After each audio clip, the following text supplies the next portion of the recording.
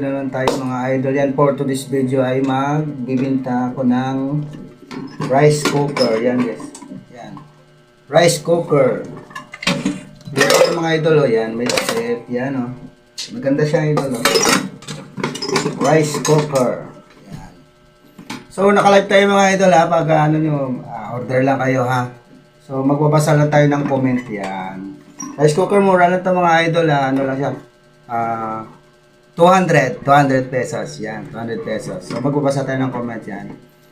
Idol, napakamura naman. Bakit 200 pesos lang yung rice cooker mo? Mukhang gamit na. Bakit walang karton?